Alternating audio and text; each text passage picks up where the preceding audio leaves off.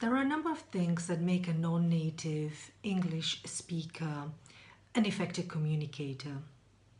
One of them is not perfect use of the English language or being a fluent speaker, near native speaker like. In fact, far from it. You don't actually have to be a perfect speaker of English. In my opinion, and what I do advise my clients on is first and foremost is to use the words that you're comfortable using in English. Don't try and go for the sophisticated language that you might use in your own native language. Use the language you're comfortable with. Avoid buzzwords and jargon, unless of course the people you're talking to understand what you mean. The second thing is, don't be afraid of needing to paraphrase what you've said. If someone hasn't quite understood what you mean, then find another way of saying it. In other words, what I mean, or perhaps giving even examples. That allows you to re-explain something using different language. Don't be afraid to pause and to speak slowly and clearly. Not too slowly, of course, but to pause and to give yourself that much needed thinking time. You don't have to rush into it.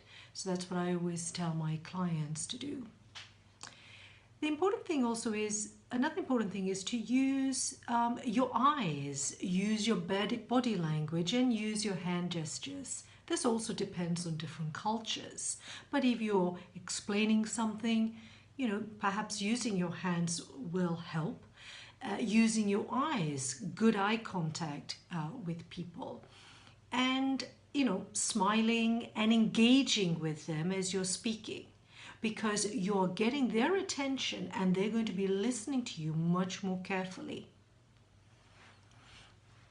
And one of the key things about communication and being an effective communicator is also being an effective and active listener. So listen actively to what people are saying to you. Use your body language, leaning forward, not too much of course, and looking at them, giving them eye contact, perhaps repeating certain expressions they are saying to show that you're actually listening to them. And by doing that, you're engaging them and they're going to be much more receptive to what you're saying. And so that means that you don't actually have to use very difficult language in order to communicate, because they will already be willing and ready and receptive to what you want to say to them.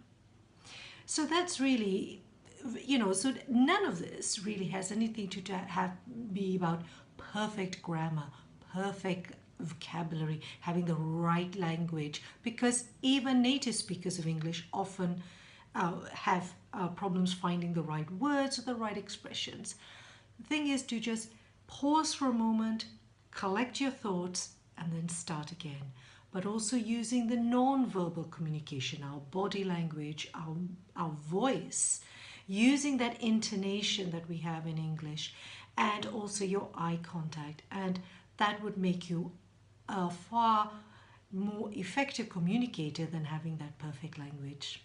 Good luck.